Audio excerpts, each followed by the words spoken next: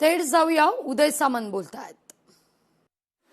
त्या संमेलनासाठी देखील 5 कोटी रुपयाची तरतूद ही मराठी भाषा विभाग करणार आहे। परदेशामध्ये 12 संमेलनं जी आहेत त्या 12 संमेलनासाठी आपण थेट करन्सी ट्रान्सफर करू शकत नाही, म्हणून 2 कोटी रुपये CSR मधून द्यायचा निर्णय हा मराठी भाषा विभागाने घेतलेला आहे। त्याच्यामुळं मला असं वाटतं की मराठी भाषा विभाग असेल, साहित्य परिषद असेल, समर्थ युवा फाउंडेशन असेल, यांचं ध्येय आणि धोरण एकच आहे की 100वां जे साहित्य संमेलन आहे त्याचा नुसता गाजावाजा किंवा इव्हेंट आम्हाला करायचा नाही, तर जे मराठी भाषेचं उद्दिष्ट आहे, जे साहित्य परिषदेचं उद्दिष्ट आहे, जे समर्थ युवा प्रतिष्ठानचं उद्दिष्ट आहे की 7 समुद्रापलीकडे देखील 100वां साहित्य संमेलन हे गेलं पाहिजे आणि मराठीची परंपरा आणि मराठीची संस्कृती ही पुढच्या पिढीनं जतन केली पाहिजे, ही जी आमची सगळ्यांची इच्छा आणि विशेषतः काम करण्याची जी इच्छा आहे ती परिपूर्ण करण्यासाठी मराठी भाषा विभाग हा साहित्य परिषदेच्या मागे ठामपणानं उभा आहे आणि ती प्रचिती कदाचित सगळ्यांना या ठिकाणी आली असेल।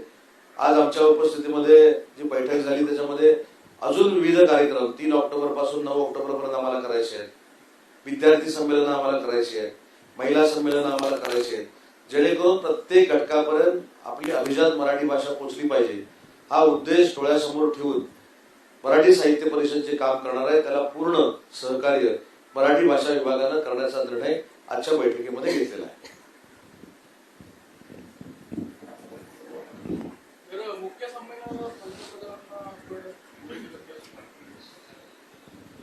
नाही, प्रयत्न असणारच आहे ना। देशाचे पंतप्रधान 100व्या साहित्य संमेलनाचं उद्घाटन जर त्यांच्या हस्ते झालं तर महाराष्ट्राचा आणि 100व्या साहित्य संमेलनाचा देखील अभिमान आहे।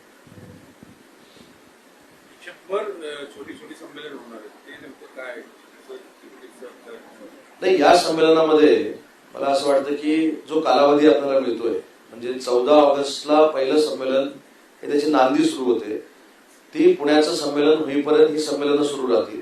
मराठी भाषेसाठी जे जे घटक काम करतात त्यांच्यासाठी ते साहित्य संमेलन असेल। म्हणजे मला अजून एक संकल्पना का आवडली यांची की उद्योजकांचं देखील मराठी संमेलन करण्याचा निर्णय घेतलाय।